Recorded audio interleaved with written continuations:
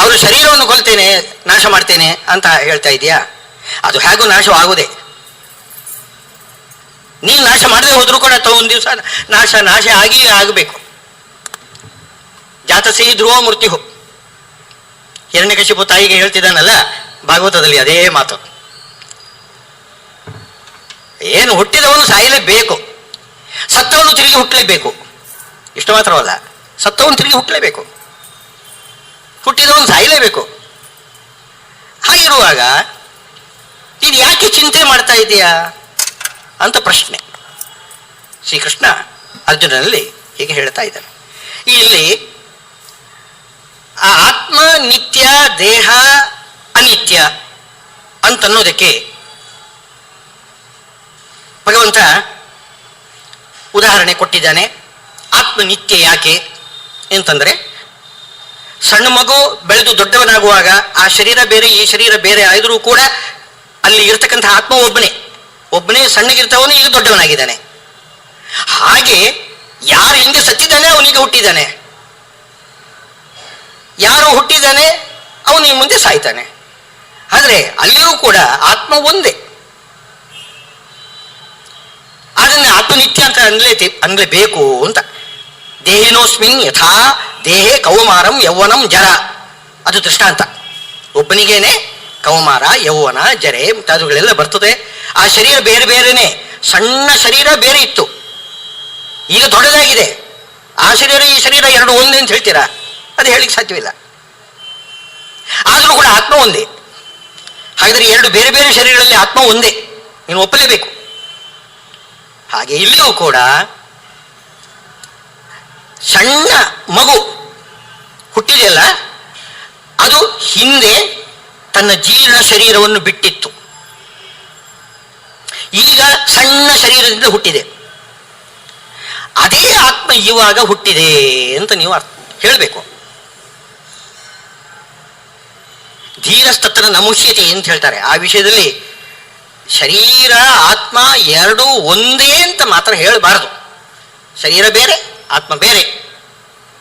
ಬುದ್ಧಿವಂತರು ಯಾರೂ ಕೂಡ ಶರೀರ ಆತ್ಮ ಒಂದು ಅಂತ ಹೇಳುವುದಿಲ್ಲ. ಅನೇಕ ಶರೀರಗಳಲ್ಲಿ ಒಂದು ಆತ್ಮ. ಇದು ಹುಟ್ಟುವಾಗಲೇ ಗೊತ್ತಾಗ್ತದೆ ನೋಡಿ. ಹುಟ್ಟುವ ಮಗು ಇದೆಯಲ್ಲ, ಅದು ತಾಯಿಯ ಸ್ತನ್ಯಪಾನಕ್ಕೆ ಬಯಸ್ತದೆ, ಒಂದೇ ಸಮನೆ ಅಳ್ತದೆ. ಸ್ತನಪಾನ ಮಾಡಿಸ್ತಿರೋ ಸುಮ್ಮನಾಗಿ ಬಿಡ್ತದೆ. ಯಾತಕ್ಕೋಸ್ಕರ ಅಳುವುದು? ಸ್ತನಪಾನಕ್ಕೋಸ್ಕರ ಅಳ್ತಾ ಇದೆ. ಆ ಸ್ತನಪಾನ ಮಾಡಿದರೆ ತೃಪ್ತಿ ಆಗ್ತದೆ ಅಂತ ಅದು ಹೇಗೆ ಗೊತ್ತು? ಯಾರು ಹೇಳಿಕೊಟ್ರು? ಯಾಕೆ ಮೊದಲು ಹತ್ತಿದೆ? ಈಗ ತಾಯಿಯ ಸ್ತನ್ಯಪಾನದ ರುಚಿ ಕಂಡ ಬಳಿಕ ಅದು ಸಿಗದೆ ಹೋದರೆ ಅಳಬಹುದು, ಅದು ಬೇರೆ ವಿಷಯ. ರುಚಿ ಕಂಡಲೇ ಇಲ್ಲ, ಹುಟ್ಟುವಾಗಲೇ ಅಳ್ತಾನೆ ಹುಡ್ತಾ ಇದೆ. ಯಾತಕ್ಕೋಸ್ಕರ ಅಳ್ತಾ ಇದೆ ಅಂತಂದ್ರೆ ಸ್ತನಪಾನಕ್ಕಾಗಿ. ಯಾಕೆಂದ್ರೆ ಸ್ತನಪಾನ ಮಾಡಿಸಿದ್ರೆ ಸುಮ್ಮನಾಗ್ತದೆ. ಈಗ ಯಾರು ಹೇಳಿಕೊಟ್ರು ಹುಟ್ಟಿದ ಮಗುವಿಗೆ ಸ್ತನಪಾನ ಮಾಡಬೇಕು ಅಂತ? ಯಾರು ಹೇಳಿಕೊಟ್ರು? ಅಲ್ಲ, ತಾಯಿ ಮಗುವನ್ನು ಎತ್ತುಕೊಳ್ತಾಳೆ, ಮಡಿಲಲ್ಲಿ ಇಟ್ಟುಕೊಂಡು ತಾನೇ ಬಲಾತ್ಕಾರವಾಗಿ ಸ್ತನಪಾನ ಮಾಡಿಸ್ತಾಳೆ, ಮಗಿಗೇನು ಗೊತ್ತಿದೆ ಅಂತ ನೀವು ಹೇಳಬಹುದು. ಆದರೆ ಇದು ಮನುಷ್ಯರಲ್ಲಿ ಹೀಗೆ. ಪ್ರಾಣಿಗಳಲ್ಲಿ ನೋಡಿ, ಒಂದು ದನ ಕರು ಹಾಕಿದೆ ಅಂತ ಇಟ್ಕೊಳ್ಳಿ, ಕರು ತಾನಾಗಿ ಎದ್ದು ಬಿಡ್ತದೆ. ತಾಯಿ ಎತ್ತುಕೊಳ್ಳುವುದಿಲ್ಲ, ಎತ್ತುಕೊಂಡು ಮಡಿಲಲ್ಲಿ ಇಟ್ಟುಕೊಳ್ಳುವುದಿಲ್ಲ.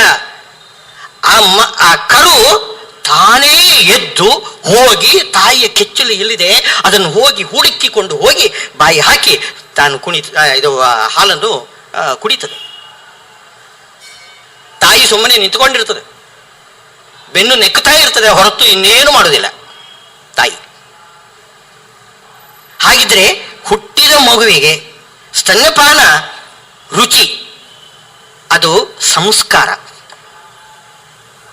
ಅನಾದಿ ಕಾಲದಿಂದ ಎಷ್ಟು ತಾಯಿಯ ಸ್ತನ್ಯಪಾನ ಮಾಡಿರಬಹುದು ಅಂತಂದ್ರೆ, ಕನಕದಾಸರು ಹರಿಭಕ್ತಿ ಸಾರದಲ್ಲಿ ಹೇಳಬೇಕು, ಅದೇನೋ ಸಪ್ತ ಸಾಗರಗಳು ಉಂಟಲ್ಲ ನೀರು, ಅದಕ್ಕಿಂತಲೂ ಅಧಿಕ ಆಗಬಹುದು ಅಂತ ಹೇಳ್ತಾರೆ.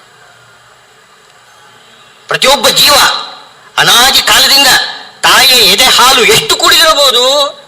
ಅದರ ಪರಿಮಾಣ ಎಷ್ಟು ಅಂತ ನಿಮ್ಗೆ ಹೇಳಲಿಕ್ಕೆ ಬರ್ತದೇನೋ? ಸಪ್ತ ಸಾಗರಕ್ಕಿಂತಲೂ ಮಿಗಿಲಾಗ್ತದೆ. ಯಾಕೆಂದ್ರೆ ಅನಾದಿ. ಸಾಗರಕ್ಕಾದ್ರೂ ಒಂದು ಎಲ್ಲೇ ಇದೆ. ಎಷ್ಟು ಅಂತ, ಎಷ್ಟು ಲಕ್ಷ ಯೋಜನ ಅಂತ ಎಲ್ಲ ಶಾಸ್ತ್ರದಲ್ಲಿ ಹೇಳಿದ್ದಾರೆ. ಇದು ಪೂರ್ವ ಜನ್ಮ ಎಷ್ಟು ಅನಾದಿ ಅಂತ ಹೇಳಿದ್ದಾರೆ. ಹಾಗಾದ್ರೆ ಅನಾದಿ ಕಾಲದಿಂದ ತಾಯಿಯ ಇದೆ ಹಾಲು ಎಷ್ಟು ಕೊಡಿರ್ಬೋದು ಹೇಳಿ? ಹಾಗಿದ್ರೆ ಅದರ ಸಂಸ್ಕಾರ, ಗಾಢವಾಗಿರತಕ್ಕಂತಹ ಸಂಸ್ಕಾರ ಇದೆ. ಅಷ್ಟು ಗಾಢವಾದ ಸಂಸ್ಕಾರ ಇದ್ದದ್ರಿಂದಲೇ ನೆನಪಾಗ್ತದೆ. ತನ್ನಿಂತಾನೇ ನೆನಪಾಗುತ್ತೆ. ಯಾರು ನೆನಪು ಮಾಡಿಸೋದು ಬೇಡ. ತನ್ನಿಂತಾನೇ ನೆನಪಾಗ್ತದೆ ಮಗುವಿಗೆ. ತಾನಾಗಿ ಎದೆ ಹಾಲನ್ನು ಕುಡಿತದೆ. ಇದರಿಂದ ಅನೇಕ ಜನ್ಮಗಳಲ್ಲಿ ಬರ್ತಕ್ಕಂಥ ಆ ಆತ್ಮ ಒಂದೇ. ದೇಹ ಬೇರೆ, ಆತ್ಮ ಬೇರೆ. ಸುಮ್ಮನೆ ವಾದ ಮಾಡ್ತಿದ್ದಾರೆ ಚಾರ್ವಾಕರು. ಚಾರ್ವಾಕರು ಏನು ಹೇಳ್ತಾರೆ? ಭಸ್ಮೀಭೂತಸ ದೇಹಸ ಪುನರಾಗಮನಂ ಕುತಃ ಅಂತ.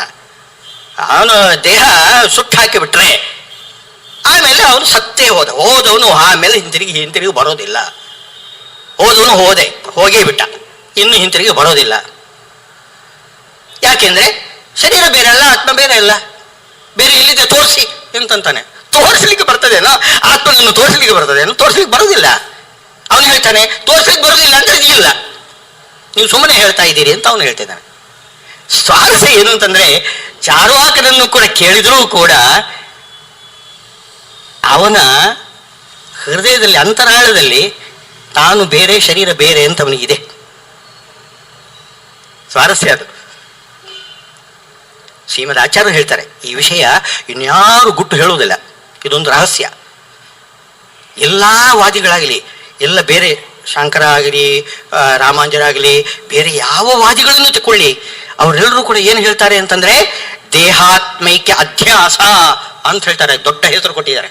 ಅಂದ್ರೆ ದೇಹವು ಆತ್ಮನು ಒಂದು ಅಂತ ಭ್ರಾಂತಿ ಇದೆ ಜನರಿಗೆ. ಆ ಭ್ರಾಂತಿಯನ್ನು ಕಳೀಲಿಕ್ಕೋಸ್ಕರನೇ ಶಾಸ್ತ್ರ ಹೊರಟಿರೋದು. ಎಲ್ಲಾ ಶಾಸ್ತ್ರ ಹೊರಟಿರೋದು ಶರೀರ ಬೇರೆ, ಆತ್ಮ ಬೇರೆ ಅಂತ ಯಾವಾಗ ತಿಳ್ಕೊಳ್ತಾನೆ ಅವನಿಗೆ ಮೋಕ್ಷ. ನೈಯಾಯಿಕರು ಹಾಗೇನೆ ಹೇಳೋದು. ನೈಯಾಯಿಕರು ತತ್ವಜ್ಞಾನ ಅಂದ್ರೆ ಏನು ಅಂತ ಕೇಳ್ತಾರೆ, ದೇಹಾತ್ಮ ವಿವೇಕ ಅಂತಂದ್ರು. ಸಾಂಖ್ಯರನ್ನು ಕೇಳಿದ್ರೆ ಪ್ರಕೃತಿ ಪುರುಷ ವಿವೇಕ ಅಂತ ಬೇರೆ ಶಬ್ದದಿಂದ ಹೇಳಿದರು. ಅರ್ಥ ಒಂದೇ, ಪ್ರಕೃತಿ ಪುರುಷ ವಿವೇಕ ಅಂತ ಸಾಂಖ್ಯರು ಹೇಳ್ತಾರೆ, ದೇಹಾತ್ಮ ವಿವೇಕ ಅಂತ ಎಂಬುದಾಗಿ ನೈಯಾಯಿಕರು ಹೇಳ್ತಾರೆ. ಈ ಜ್ಞಾನ ಬಂತು ಅಂತಂದ್ರೆ ಎಲ್ಲರೂ, ಈಗ ಶಂಕರ ಆಗಲಿ, ರಾಮಾಂಜರಾಗಲಿ, ಎಲ್ಲರೂ ಹೇಳುವುದು ಒಂದೇ, ದೇಹಾತ್ಮ ವಿವೇಕ ಜ್ಞಾನ ಉಂಟಲ್ಲ ಅದು ತತ್ವಜ್ಞಾನ. ಅದು ಬಂದು ಬಿಟ್ರು ಅಂತಂದ್ರೆ ಮೋಕ್ಷ. ಅದಕ್ಕೋಸ್ಕರ ಇಷ್ಟೆಲ್ಲ ಶಾಸ್ತ್ರಗಳು ಹೊರಟಿರೋದು. ಸುಮ್ಮನೆ ಇದೆಲ್ಲ ತಪ್ಪು. ಶ್ರೀಮದ್ ಆಚಾರ್ಯ ಹೇಳ್ತಿದ್ದಾರೆ, ಒಂದು ಸಣ್ಣ ಮಗುವಿಗೆ ಕೇಳಿದ್ರು ಕೂಡ ಅದಕ್ಕೆ ನಾನು ಬೇರೆ, ನನ್ನ ಶರೀರ ಬೇರೆ ಅಂತ ಜ್ಞಾನ ಇದೆ. ನನ್ನ ಶರೀರ ಅಂತ ಹೇಳ್ತದೆ ಹೊರತು ನಾನೇ ಶರೀರ ಅಂತ ಅನ್ನೋದಿಲ್ಲ. ತಪ್ಪಿಯೂ ಕೂಡ ಯಾರು ಹೇಳುವುದಿಲ್ಲ. ನಾನೇ ಈ ಶರೀರ ಅಂತ ಯಾರು ಹೇಳುವುದಿಲ್ಲ, ನನ್ನ ಶರೀರ ಅಂತ ಹೇಳ್ತಾರೆ. ಕೆಲವೊಮ್ಮೆ ನಾನು ತೆಳ್ಳಗಿದ್ದೇನೆ, ನಾನು ಬೆಳ್ಳಗಿದ್ದೇನೆ, ಕೆಂಪಗಿದ್ದೇನೆ, ಹಾಗೆ ಅಂತೆಲ್ಲ ಕೆಲವೆಲ್ಲ ಹೇಳ್ತೇವೆ. ಅದು ದೇಹದ ಧರ್ಮವನ್ನು ನಮ್ಮ ಮೇಲೆ ಹೇಳ್ತಕ್ಕಂಥದ್ದಿದೆ. ಅದು ಇಲ್ಲ ಅಂತಲ್ಲ. ಈಗ ನಾನು ಸಣ್ಣಗಿದ್ದೇನೆ, ನಾನು ದಪ್ಪಗಿದ್ದೇನೆ, ಏನಿದು? ಅವನು ಒಂದೇ ರೀತಿ. ಆತ್ಮ ಅವನು ದಪ್ಪಗೂ ಅಲ್ಲ, ಸಣ್ಣಗೂ ಅಲ್ಲ, ಪರಮಾಣು ಸ್ವರೂಪ. ಅವನು ಒಂದು ಪರಮಾಣುವಿನಷ್ಟು ಸಣ್ಣ ರೂಪ ಆತ್ಮ. ಅವನು ದಪ್ಪನೂ ಅಲ್ಲ, ಸಣ್ಣಗನೂ ಅಲ್ಲ, ಏನು ಹೇಳಲಿಕ್ಕೆ ಬರೋದಿಲ್ಲ. ಹಾಗಿದ್ರೆ ಅವನ ಶರೀರ ದಪ್ಪಗಿದ್ರೆ ಅವನು ದಪ್ಪಗಿದ್ದಾನೆ ಅಂತ ಹೇಳ್ತಾರೆ. ಆದರೆ ನಾನು ದಪ್ಪಗಿದ್ದೇನೆ ಅಂತ ಹೇಳ್ತಿರಲ್ಲ, ಅದು ಎಲ್ಲರೂ ಕೂಡ ಹೇಳ್ತಿದಾರಲ್ಲ. ಶ್ರೀಮದ್ ಆಚಾರ್ಯ ಹೇಳ್ತಾರೆ, ಹೌದು, ಈಗ ನನ್ನ ಬಟ್ಟೆ ಕೆಂಪಗಿದೆ. ಬಟ್ಟೆ ಕೆಂಪೇನೋ ಅಲ್ಲ, ಬಟ್ಟೆಗೆ ಒಂದು ಬಣ್ಣ ಹಾಕಿದ್ದಾರೆ, ಆ ಬಣ್ಣ ಕೆಂಪು, ಬಟ್ಟೆ ಅದು ಬಿಳಿಯೇ. ಬಟ್ಟೆ ಬಿಳಿಯೇ. ಈ ವ್ಯವಹಾರ ಹಾಗೆ. ಈಗ ನೀರು ಬಿಸಿಯಾಗಿದೆ ಅಂತ ಹೇಳ್ತೇವೆ, ನೀರು ಬಿಸಿ ಆಗ್ತದೆ ಏನೋ? ನೀರು ಬಿಸಿ ಆಗುವುದಿಲ್ಲ. ನೀರಿನಲ್ಲಿ ಅಗ್ನಿ ಕಣಗಳು ಬಂದು ಸೇರಿಕೊಂಡು ಬಿಡ್ತದೆ. ಬಿಸಿ ಯಾವುದು? ಅಗ್ನಿ ಕಣ, ನೀರಲ್ಲ. ಆದರೆ ಬಿಸಿನೀರು ಅಂತಂತೇವೆ ನಾವು. ವ್ಯವಹಾರ ಅದು. ಇದು ನಮ್ಗೆ ಗೊತ್ತಿದೆ. ಆ ವ್ಯವಹಾರ ಮಾಡ್ತಕ್ಕಂಥವರಿಗೂ ಕೂಡ ಇದರ ಪರಿಜ್ಞಾನ ಇದೆ. ಈಗ ಬಟ್ಟೆ ಕಪ್ಪಾಗಿದೆ ಅಂತಂದ್ರೆ ಯಾರಾದ್ರೂ ಬಟ್ಟೆ ಕಪ್ಪಾಯ್ತು ಅಂತ ಹೇಳ್ತಾರ?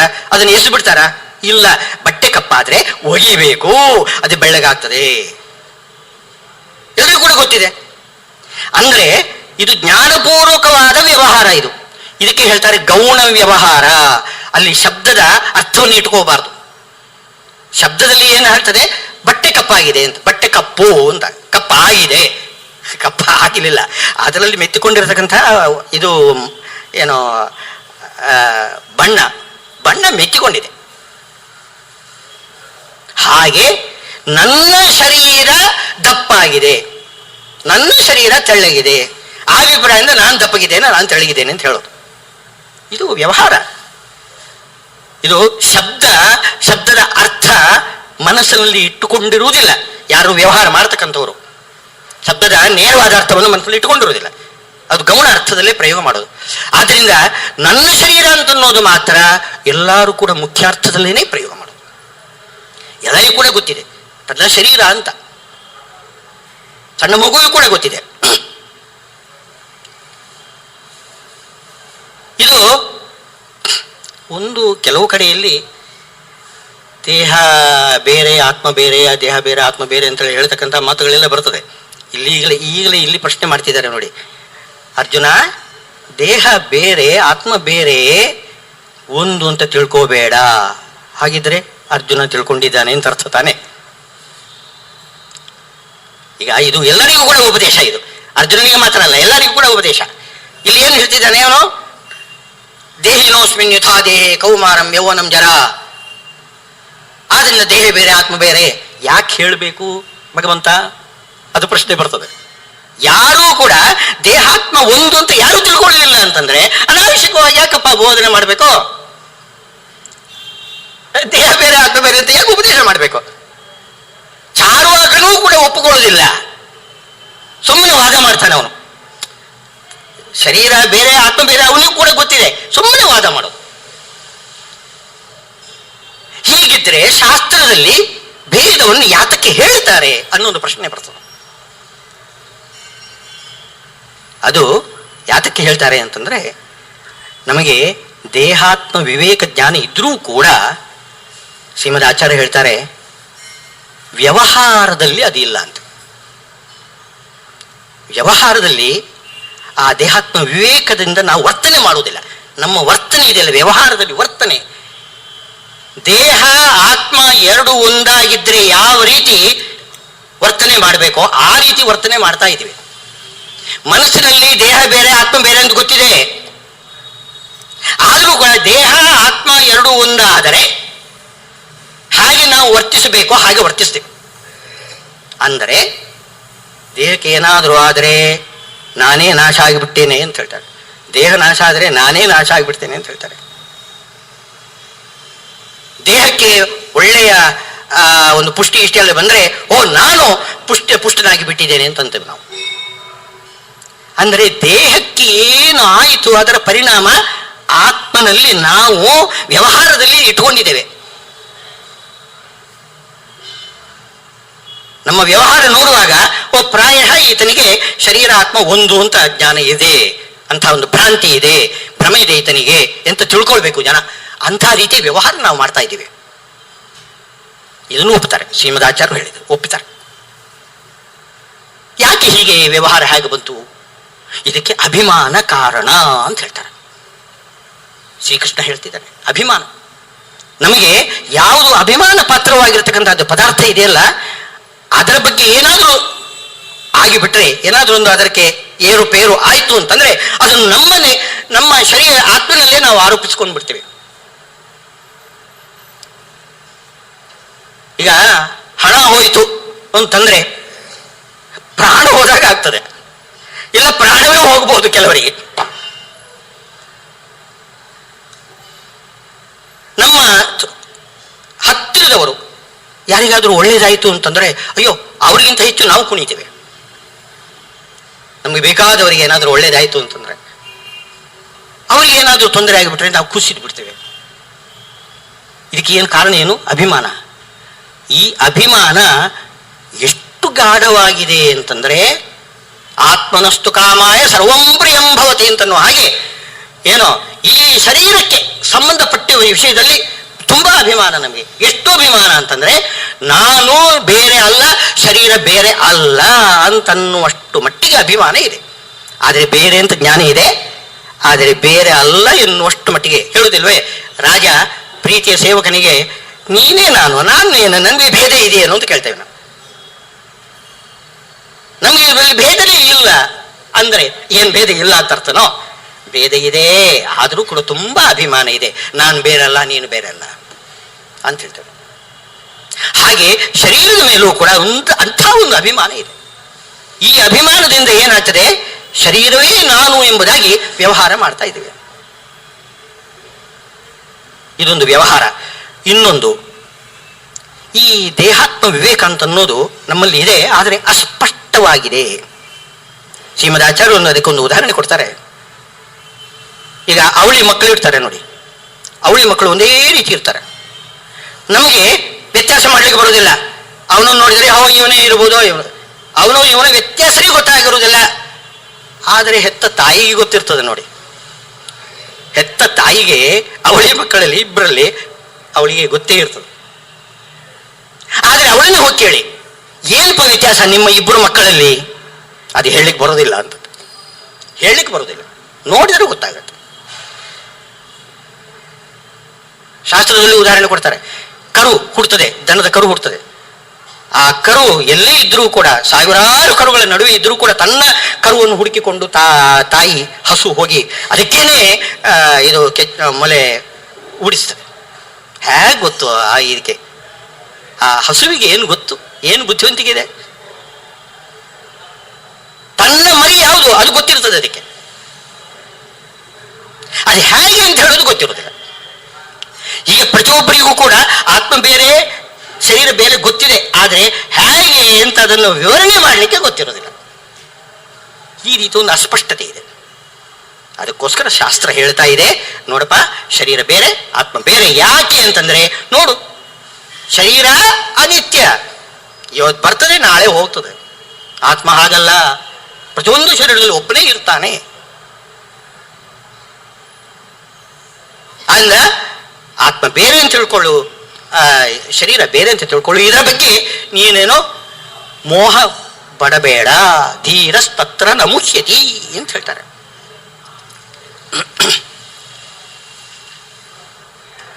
ಈ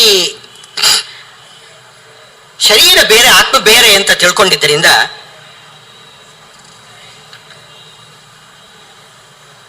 ಏನು ಅದರ ಉಪಯೋಗ ಏನು, ಅದು ಪ್ರಶ್ನೆ ಬರ್ತದೆ. ಶರೀರ ಬಿದ್ದು ಹೋಗ್ತದೆ, ಅದನ್ನ ಸಂಹಾರ ಮಾಡಿಬಿಡಬಹುದು. ಈ ಅಭಿಪ್ರಾಯನ? ಶ್ರೀಕೃಷ್ಣನ ಅಭಿಪ್ರಾಯ ಏನು? ಶರೀರ ಅನಿತ್ಯ, ಯಾವತ್ತಾದ್ರೂ ಬಿದ್ದು ಹೋಗ್ತದೆ, ಅದನ್ನು ಹೊರತು ಸಾಯಿಸ್ಬಿಡ್ತು.